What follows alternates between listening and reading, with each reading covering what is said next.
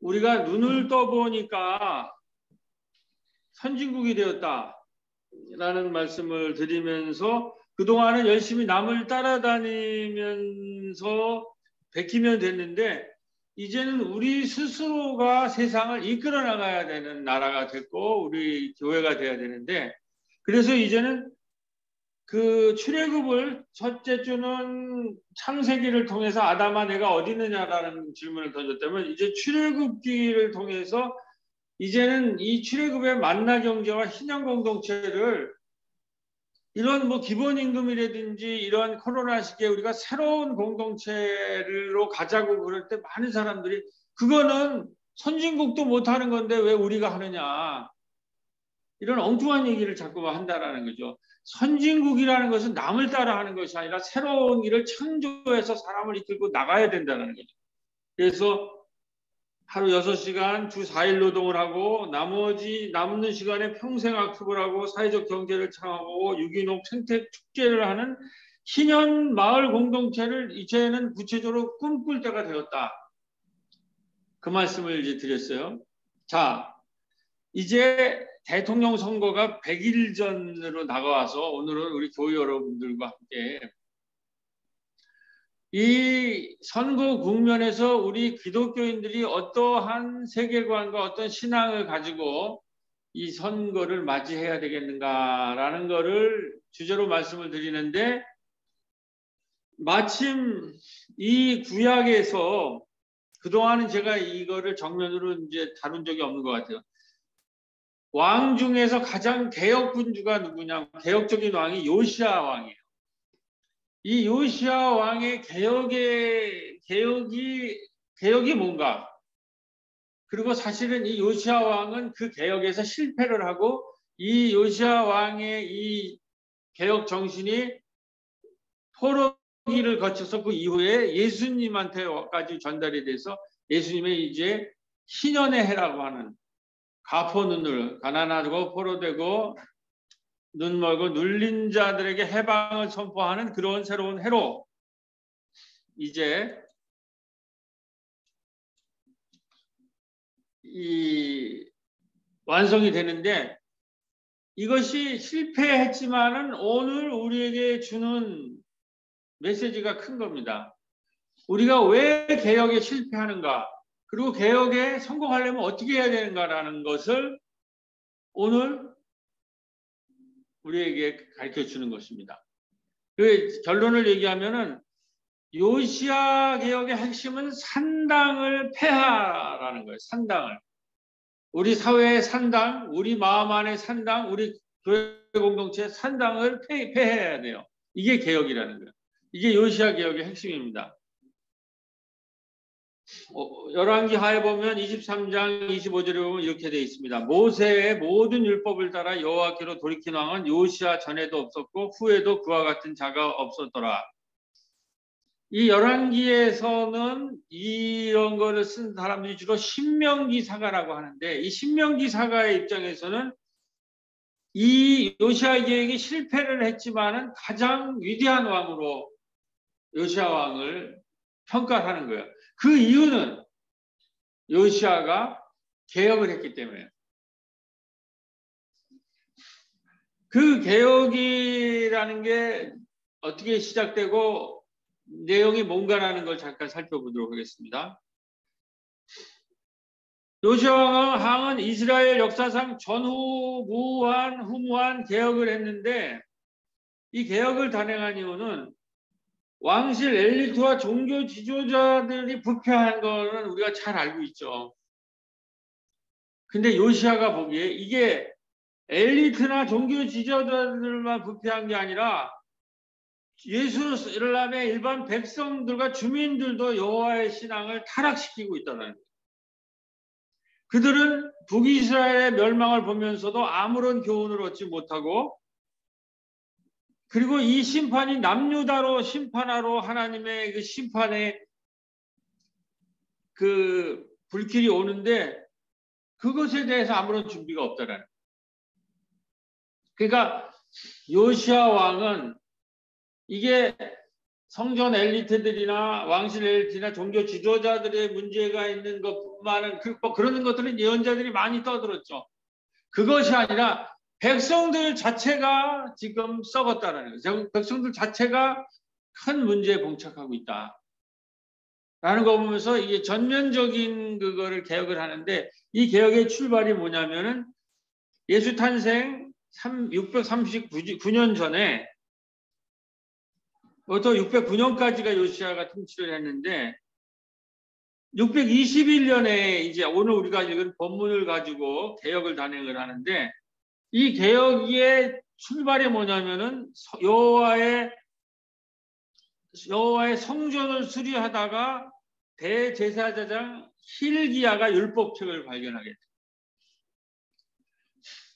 그러니까 모든 개혁은 언제 일어나냐면 이 과거의 이 성서의 전통, 다 과거의 말씀, 이런 것을 성전을 수리하다가 보니까 신명기 사가들이 출애굽의 얘기, 우리가 대림절 기다리면서 한 출애굽의 얘기들, 특히 출애굽을 해가지고 신형 공동체를 세운 얘기, 이런 거를 이제 다시 발견하게 된 거예요. 성전에서. 신명기 특히 사가가 쓴 것은. 신명기 사가라는 것은 누구냐면은 이스라엘의 북이스라엘의 전에는 개혁 전통들이 굉장히 강해요. 엘리사, 엘리야 이런 식으로 이 예언자들이 많이 등장해가지고 사회 정의를 외치고 종교 개혁을 외치고, 특히 이제 신현 공동체, 가난한 자들을 돌보는 이런 그 예언자, 사회적인 예언자들이 전통이 강한데, 이런 거를 왕조가 생기면서 남왕조가 북 왕들이 무시해서 무너지고, 이 북왕조가 무너진 위기가 지금 남왕조로 밀려오는데도 이 예언자 전통을 무시한다는 거죠. 그러니까 그걸 이문서라고 부르는데, 신명기 뒤문서,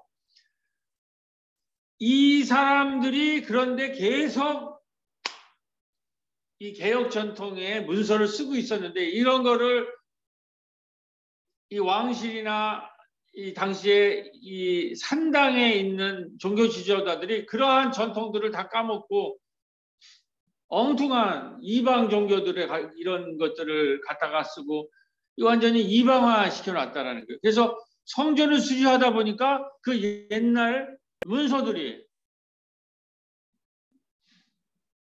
제가 요번에 그 우리 저기 작은 도서관 연합회에서 그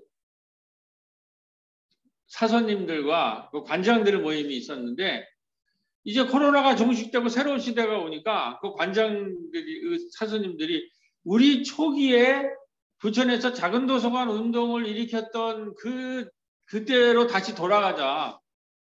그때 정신이 뭐냐. 그래서 제가 초기에 4년간 작은 도서관 협의회 회장을 했기 때문에 제가 그걸 발표를 했어요.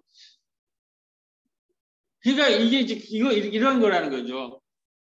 그래서 오래된 20년 전에 제가 다 그걸 기록해 놓은 게 마침 있어가지고 그 여러분들한테도 올려드렸는데, 정성혜 집사님이랑 거기 노동자들 하는 그 문고로부터 정성혜 집사님의 약대 글방부터 우리 부천의 작은 도서관 운동이 출발한 거예요. 그렇게 해가지고 그 작은 도서관 운동이라는 거를 우리가 어떻게 푸른부천 21과 함께 일으켰느냐, 그리고 책 읽기 마을 같은 걸 어떻게 해서 한 도시 한 책 읽기 이렇게 해갖고 종래에 처음으로 8개 작은 도서관을 만들고 지금 16개까지 만드는 그 초기에 아주 그 파릇파릇한 초기의 그 정신을 다시 얘기할 수 있는 제가 기회를 얻었는데, 그런 것처럼 이 성전을 수리하다가 초기에 이 이스라엘의 신앙의 정신, 개혁 정신을 발견하게 되면서 이거 개혁을 해야 되겠다 한 것은 율법책을 다시 발견하는 거예요. 초기 정신으로 다시 돌아가는 거예요. 그래서 왕하 22장 8절에 보면 대제사장 hil기야가 서기관 사반에게 이르되 내가 여호와의 성전에서 율법책을 발견하노라 하고 hil기야가 그 책을 사반에게 주니 사반이 읽느니라. 그래서 다시 초기의 개혁 정신을 이제 성전에서 읽기 시작하는 거예요. 근데 이 초기의 정신은 아까 말했듯이 출애굽 정신이랑 출애굽을 통해서 십계명을 받고 그 십계명을 통해서 신형 공동체를 우리 지난주에 만나는 만나처럼 저장을 하지 못한다. 그날 먹은 것들, 그날 뭐 곡식은 하루 분량까지 먹어야 된다. 축적을 못하고 그 다음에 안식을 해야 된다. 그리고 잘 분배해야 된다.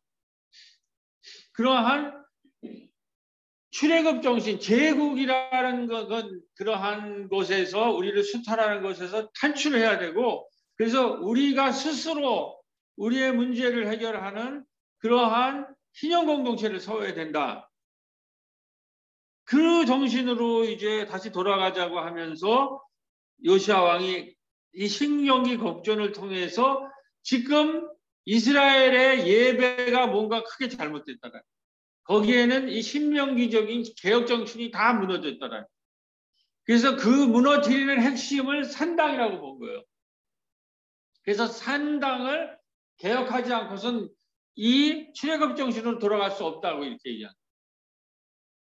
그게 하나가 있고 그건 종교적인 계획이죠. 이 산당을 혁파하라. 다른 하나는 지금 이 이스라엘의 경제는 전부 누가 이끌어가고 있냐면은 대지주들이 이 모든 땅을 독차지했다. 그래가지고 소농민들, 서민들이 죽어나고 있다. 그래서 이 대지주에 의해서 몰수당한 땅을 개혁사업을 통해서 회복하라고 하는 이 운동을 한 거예요. 한편으로는 종교개혁으로서 산당을 혁파하고 한편으로는 희년정신 50년마다 그 땅을 다시 농부에게 돌려주는 이 운동을 우리가 지금 국보세 가지고 큰 논쟁에 부딪혔잖아요. 이따가 얘기했지만 그런 논쟁이 다시 일어나기 시작한 거예요.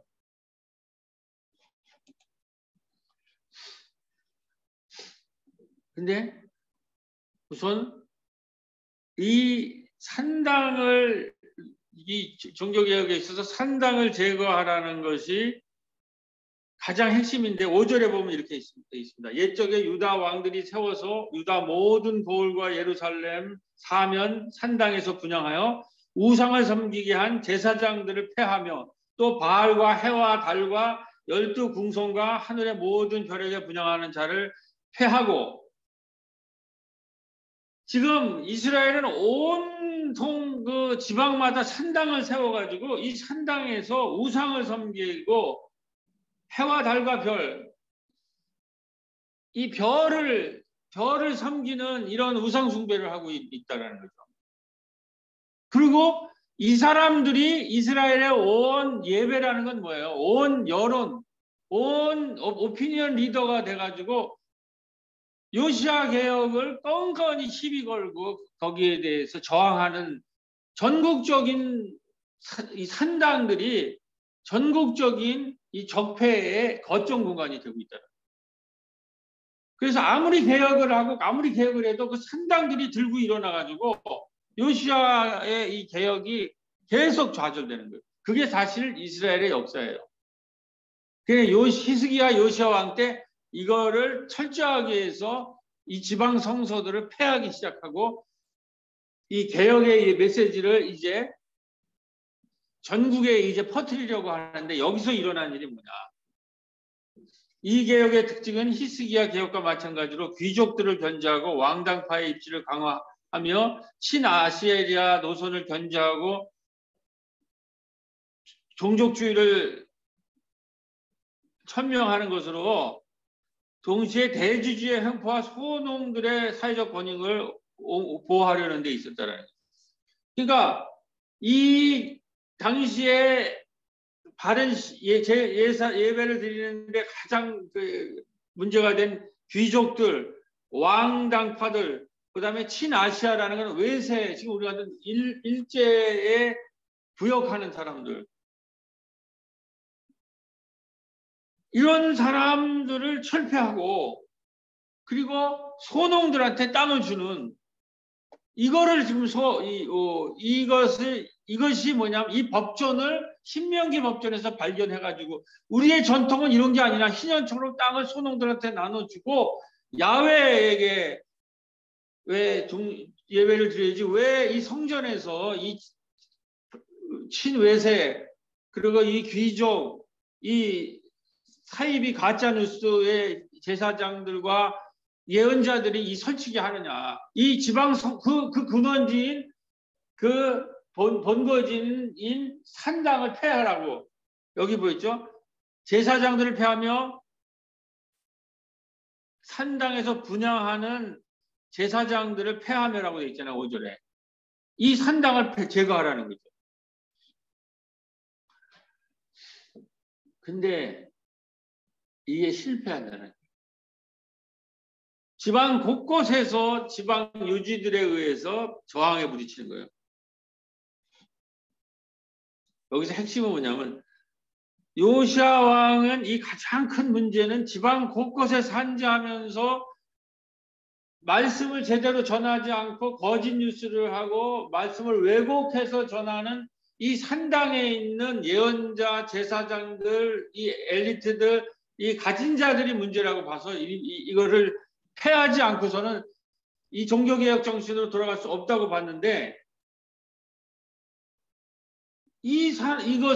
이것이 엄청난 저항을 해가지고 이 개혁이 사실상은 실패로 들어갑니다. 그런데 왜 이 성서에 남아있느냐? 신명기 사가들이 포로기에 보니까 이 요시야의 개혁이 맞았다고 그래서 이것을 다 기록에 남겨놓은 거예요. 실패는 했지만 그게 중요합니다. 지금 당장 우리가 실패하더라도 철저하게 기록을 남겨놓으면 나중에라도 그걸 근거로 해서 우리가 예수 얘기를 가지고 지금 계속 개혁을 얘기하잖아요. 여기서 이제 큰 문제는 뭐냐면 백성들을 놓고 요시야도 얘기하고 이 산당에 있는 지방 유지들의 거기서도 예배를 드려요. 그런데 백성들은 여기 백성들에는 소농이 많을 거 아니에요. 사실 이 소농을 위한 토지개혁이나 그리고 귀족들의 그 횡포를 막고 소농들이나 가난한 사람들을 위한 개혁이 요시야의 개혁인데 백성들이 지금 어떻게 되고 있냐면은 자신들을 이 소농을 옹호하고 지원하려는 요시야 왕을 반대하고 오히려 자신을 착취했던 특권적 지주 세력을 지지하고 있다는 거예요. 이게 역사에서 개혁이 늘 실패하고 개혁이 무너지는 핵심적인 원인이에요. 바른 말하고 바른 정신으로 얘기하는 거를 백성들이 그릇이 전달이 안 돼요. 그것은 뭐냐면 백성은 왕의 메시지를 곧바로 듣는 것이 아니라 왕의 적재자들의 목소리를 통해서 왕의 소리를 들었던 것이라. 왕이 개혁적인 음성을 얘기를 하는데 그 개혁적인 음성을 중간에서 뒤트는 지방 산당의 그 예배 공간을 해서 하는 메시지는 왕의 메시지와 전혀 다른 왕의 메시지를 왜곡해가지고 전혀 다르게 백성들에게 전하는 이 산당들이 이스라엘 곳곳에 있었다는 거죠. 그 산당이라는 당시의 오피니언 리더들, 매스컴들이 요시야의 개혁 그거를 전부 왜곡해서 백성들한테 전달했다는 거죠. 이렇게 왕의 소리를 왜곡하여 전달한 매개체가 바로 산당이었습니다. 지방 산당들의 제사장들과 예언자들은 바로 특권적인 지주들의 목소리를 대변하는 자들이었던 것입니다. 대중의 정치의 장소인 산당이 수구 세력에 의해 장악되었던 탓에 백성은 수구 세력들에 의해 동원되어 정치에 관여했던 것입니다. 그러니까 아무리 좋은 얘기를 해도 중간에 있는 산당들이 그걸 다 왜곡해가지고 백성들한테 전달하면서 이 사람들은 소농의 편이 아니라 대지주, 특권적인 지주나 왕들이나 엘리트들의 편에 서서 산당의 제사장들과 예언자들이 하나님의 말씀을 전했다라는 거예요. 이것이 개혁의 가장 커다란 실패였다는 거예요. 그렇기 때문에 우리가 선거를 지금 100일 앞두고 우리들 가운데 산당이 무엇인가, 이 왜곡시키는, 이 개혁적인 촛불의 개혁 정신을 왜곡시키는 이 산당이 누구인가라는 것을 정확하게 봐야 돼요. 이거를 산당을 폐하지 않으면, 제도적인 산당을 폐하고, 우리 안에도 산당이 있습니다. 우리 마음 안에. 가진 자가 되고 힘센 자가 되고 기득권자가 되고 싶은 그 산당을 폐하지 않으면 제도적인 산당들이 있고, 지금 우리도 똑같은 일이 일어나는데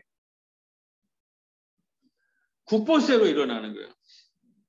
지금 국보세 이제 부자들한테 이 부동산 문제가 이 사회의 가장 큰 문제잖아요. 이 선거를 결판낼 수 있는. 근데 이 세금을, 땅을 많이 가진 사람들 세금을 매기자고만 하면 온 언론이 들고 일어나가지고 반대를 해요. 이 산당들이. 그래서 종부세 폭탄론을 얘기를 해요. 그래가지고 이 언론들이 총궐기를 합니다. 특히 경제신문들이. 이렇게 되면 나라가 망한다. 이렇게 되면 우리 경제가 결단난다. 근데 여기 보세요. 이것처럼 종부세 폭탄 경악 충격하는데 이거는 상위 2%만 해당되는 얘기예요. 이 종부세를 물는 사람은 상위 2%, 땅이 많고 가진 것이 어마하게 많은 사람들한테 세금을 부과해서 이제 이 세금을 부과한 거를 가지고 서민들한테 준다라는 거죠. 서민들이 세금을 내게 하고 서민들 경제 활성화 하는데, 우리가 지금 코로나 이후를 살아가려면 이 사회적인 양극화 불평등이 가장 큰 문제인데, 하려면 많이 가진 자들에게 세금을 부과를 해야 돼요. 그래서 그거를 가난한 자들한테 나눠야 돼요. 다른 길이 없어요. 근데 이 일을 하자면 매번 실패하는 게 뭐예요? 이 언론들이 난리를 쳐가지고 지금 국민들이 이게 이 산당들에서 다 속아가지고 여론이, 반대 여론이 아직 높다는 거예요.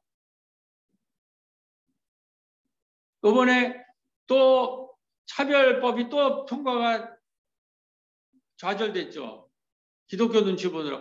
이런 데서 이 부자들, 힘센 자들, 이 적폐의 이 여론의 이 가장 큰 산당을 역할을 하는 것 중에 하나가 기독교, 극우 기독교의 특히 대형 교회들이에요. 거기에 모이는 사람들은 다 부자고, 그런 사람들이 그 산당에 모여가지고 온갖 사회 불평등을 해소하고 차별을 해소하는 이거를 전부 막아내고 있다는 거예요. 그러니까 개혁이 될 리가 없는 겁니다. 그 다음에 지금 50억이라고 한 어마무시한 돈을 받은 사람이 또 기소가 안 됐잖아요.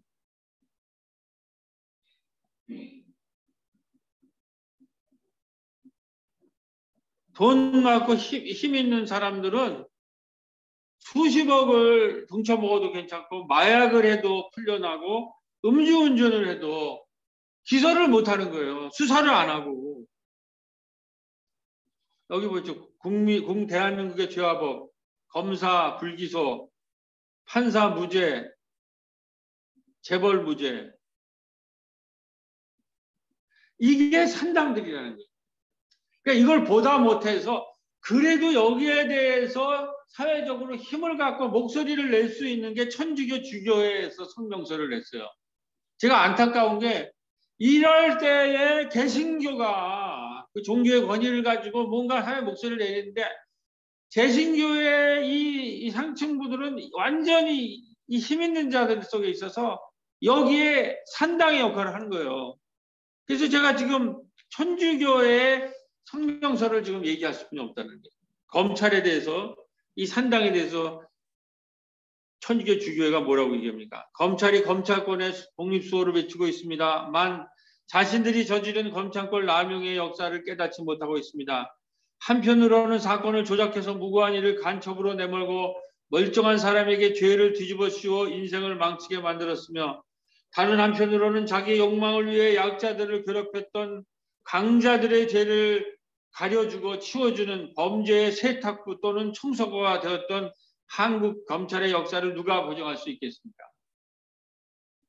겉으로는 부패와 거악을 척결하겠다고 해놓고 뒤에서는 현직과 정관들이 서로 이익을 챙겨주는 뒷거래는 이제 삼척동자도 다 하는 타락상입니다. 이러한 산당이 있는 한 수십억을 해먹는 걸 다 알아도 그거를 수사도 안 하고 기소도 못하는,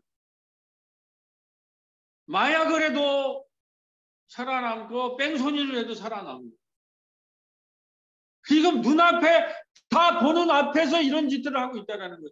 이 산당을 폐하지 않고서는 이 사람들이 계속 여론을 몰이하는데, 두 번째 산당이 누구냐? 이 지방의 이 여시아 개혁의 산당 때문에 여시아가 아무리 좋은 얘기를 해도 그들이 다 뒤집고 왜곡하고 조작하잖아요. 두 번째 산당이 언론이란. 대표적인 예가 뭡니까? 정 무슨 심에게는 언론은 검사였습니다. 죄가 없는데 그냥 뭐 하나 표창장 하나 가지고 그냥 들들들 볶아서 거의 그 가족을 도말하다시피. 근데 김모희에게는 언론은 변호사가 돼 있어요. 이 가족은 뭐 170가지의 지금 그 여러 가지 문제가 일어나는데 제대로 수사를 안 하고 제대로 문제를 파헤치지를 못해요. 이러한 검사가 있고 이렇게 진짜 수사해야 될 범죄자는 변호사가 되고, 죄 없는 사람한테는 검사의 역할을 하는 이런 언론 산당이 있는 한 개혁이 될 리가 없습니다. 지금 캐톨릭 주교에서는 이렇게 얘기합니다. 산당은 언론입니다. 언론의 책임을 묻지 않을 수 없습니다. 입만 열면 나라가 망할 것처럼 사실을 왜곡 과장해서 기사를 쏟아내고 있으나 지금 우리는 건너야 할 다리를 힘겹게 건너고 있을 뿐 방향이 그릇되지 않았습니다. 저도 전적으로 동의해요. 지금 지난주에 설교했더니 눈 떠보니 선진국이라고 하는 것처럼 우리의 국운이 올라가고 있어요. 수출이 너무 잘 되고 있어요. K방역이나 K문화, K콘텐츠로 국운이 상승하는데 언어로 보면 맨날 망해. 입만 열면 나라가 망할 것 같아요. 입만 열면 우리 공동체가 망할 것 같다고 하는 이 산당들, 물론 비판할 건 비판해야죠. 지금 양극화,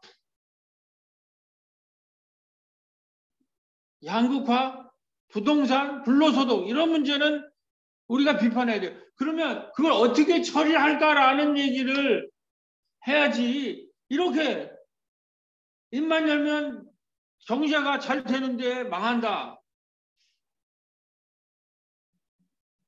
이렇게 왜곡 과장해서 기사를 쏟아내는, 여기 주교에서 뭐라고 해서 큰 방향은 맞습니다.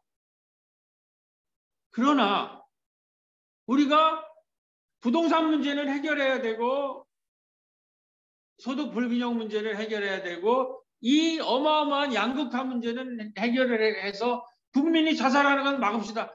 이렇게 바르게 얘기를 해야죠. 바르게 구분을 해서.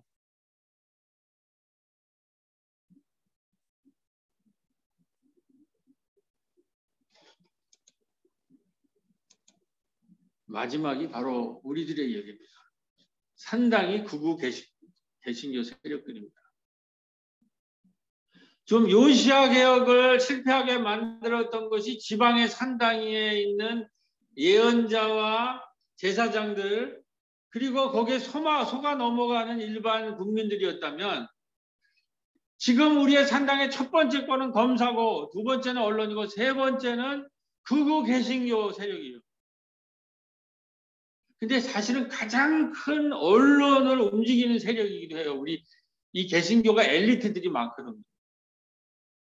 그 얘기를 잠깐 보면 1970년대에 강남 개발 과정에서 신흥 부유권이 관료, 법조계, 정치, 학계, 언론계, 종교계들이 거기에 몰리면서 한국 사회에 기득권을 산업화 시대 기득권 세력이 됩니다. 근데 이 민주화 시대를 거치면서 이 기득권 동맹이 와야 돼요. 두 민주 대통령이 하면서 이 한국을 움직이는 관료, 법조계, 정치, 학계, 언론계, 종교계의 이 카르텔이 선거에서 무너졌잖아요. 그래서 와야 되었다가 보수 정권 두 정권이 다시 집권하면서 새로운 양상을 듭니다. 뉴라이트식으로 검찰과 대형 로펌과 수구 정치 세력과 경제계가 수구 동맹처럼 연결되는데 이때 장로 대통령을 만든다는 구실로 일부 대형교회 중심의 기독교 연합회가 정치 세력화되면서 이들의 극우주의적인 욕구가 부활하면서 이러한 극우적인 욕망이 체험되고 확산하는 가장 중요한 장, 즉 산당을 역할을 한 것이 바로 한국 극우적인 개신교 교회들이었잖아요.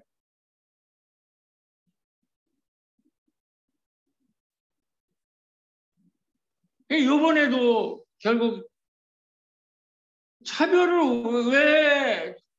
차별을 철폐하는 거에 왜 반대하냔 말이죠. 차별을 철폐해야죠. 거기에 또 문제가 있다면 그거는 거기서 다시 얘기를 하고 차별을 철폐하는 거에 대해서는 우리가 동의를 해야 되죠. 양극화돼야 되는 거에서 평등하게 하고 이런 당연한 것을 이상하게 만든다는 거예요. 그래서 이 코로나 전후에는 가짜뉴스 전파의 근원지가 되는 거예요. 저수지가 됐어요. 그래서 온갖 지금 가짜뉴스가 이 개신교 카톡방에서 만들어지고 그 카톡방을 통해서 전달이 되는 이게 바로 산당이라는 거예요. 이게 바로 산당. 이 검사들의 산당, 이 언론의 산당, 이 극우 개신교의 산당이 철폐되지 않고선 개혁이 불가능합니다. 이제 기도할 때 얘기하겠지만 다시 그러면 이 산당을 철폐하기 위해서 우리 개신교들은 어떻게 해야 되는가? 왜 우리가 이러한 산당이 되는가? 이 극우 개신교들이 되어가고 있는가? 그거는 근본주의 신앙 때문입니다. 그리고 이 근본주의 신앙의 기초는 바로 성서 문자주의 신앙입니다. 이제 그냥 성서를 문자로 보는 거예요. 그 성서를 그 시대적 배경, 지금처럼 요시야 개혁과 우리의 지금의 개혁의 문제들이 로버랩해서 이거를 문화 사회적으로 인문학적으로 읽지 않고 문자적으로 읽으면 문자를 숭배해요. 그리고 거기 있는 그대로 그것을 실천하고 그것이 굉장히 악영향을 끼침에도 불구하고 그걸 믿음으로 확신해가지고 그 굉장히 무서운 거예요. 그리고 공부를 안 한단 말이에요. 공부를. 생각을 안 하고 공부를 안 하고. 그냥 믿음만 있는 거예요. 그러니까는 여러 가지 문제를 일으키는 거죠. 자기 믿으면 좋은데 믿음이 좋을수록 문제를 일으킨단 말이에요. 그래서 이러한 이분들이 근본주의적인 성서 해석이나 신앙과는 어떤 거냐면 모든 말씀을 개인의 가족의 성공과 부와 행복, 성취의 요술방맹이나 마취제로 해석을 하는 거예요. 성서 본문이라는 건 그렇게 해석할 수 있는 게 아니에요. 우리 개인의 우리가 편리하게 살려면 모든 것이 나한테 우리 가족한테 이익이 되고 힘이 되고 그리고 행복이 되면 좋겠죠. 성경 모든 본문을 나와 우리 가족의 성공과 부와 행복의 도구로 삼아서 자의적으로 전부 해석을 하고 거기에 박수 쳐주고 거기에다가 힘을 주는 그런 말씀만 들으려고 하는 거죠. 그러니까 성장이 없어요. 여기에는 성장이. 기독교라는 거는 나를 넘어서 타인과 이웃으로 나가고 그리고 하나님과 생태계로까지 나가는 이것을 코로나 이후에 우리한테 요구하는데 이런 신앙을 가질수록 타인을 배제하고 차별할 수뿐이 없어요. 왜 내가 성공하고 내가 성장해 나만 우리 가족만 성장해야 되니까. 이처럼 우리의 근본주의적 문자신앙은 우리의 신앙을 이웃과 사회 공동체와 단절시키면서 우리의 교회 공동체마저도 우리 자신의 부와 행복과 성공을 위해 이웃과 타자를 배제하는 상당과 장사꾼의 짓과 가짜 뉴스의 온상으로 지금 만들어가고 있다는 거예요. 그렇기 때문에 온 사회가 지금 이 기독교에 대해서 걱정을 하는 거예요. 우리가 이거를 회개하지 않는 한 이번 100일 동안 우리는 또다시 큰 죄를 저지를 것 같아서 이번에 우리가 여기서 돌아서야 됩니다. 교회로. 이런 이제 코로나 이후에 큰 책임이 있잖아요. 우리한테. 여기에 이 문자주의, 근본주의 문자주의 신앙에서 우리가 돌아서지 못하는 한 우리의 새 신앙은 돌이킬 길이 없는 거예요. 이제 다 함께 마이크를 켜시고 다 함께 우리 기도하시겠습니다.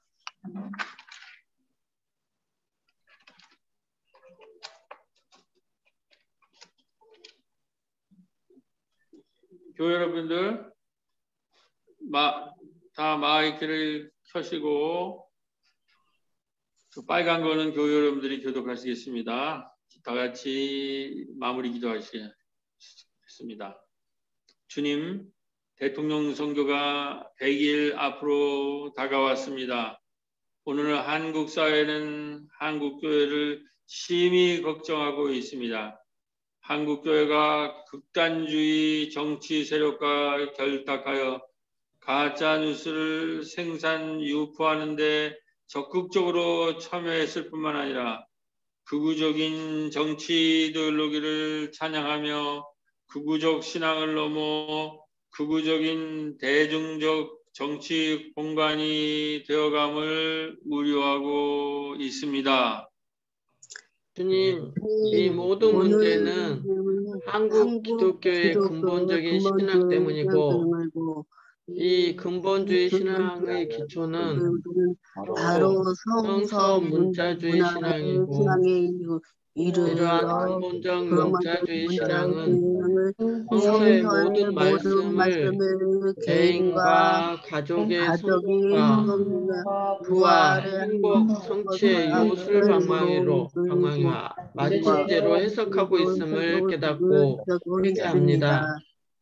주님, 이처럼 우리의 근본주의적 문자신앙이 우리의 신앙을 이웃과 사회 공동체와 단절시키면서 우리 교회 공동체마저도 우리 자신의 부와 행복과 성공을 위해 이웃과 타자를 배제하는 한당과 장사꾼의 짓과 가짜 뉴스의 원상으로 만들어가고 있음을 깨닫고 함께 회개합니다. 주님, 요시야 개혁 당시 백성들과 소농들을 위한 요시야 개혁을 추구하였지만 당시 많은 백성들은 당시 산당에서 기독권자들이 선포하는 가짜 뉴스를 믿고 오히려 백성들이 요시야 개혁을 반대했다고 합니다.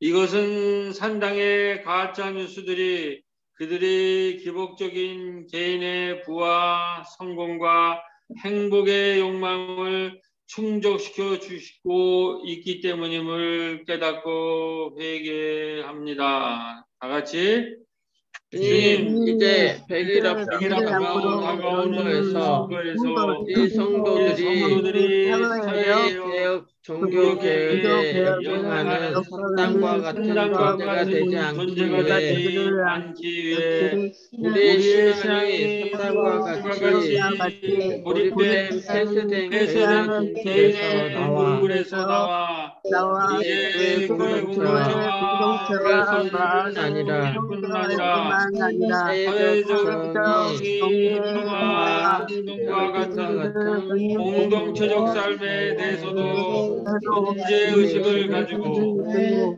동서를 새롭게 읽고 공적 신앙을 실천할 줄 아는 새로운 교회 교인들이 다 될 수 있도록 우리를 축복하여 주시옵소서. 예수님의 이름으로 기도드렸습니다. 아멘.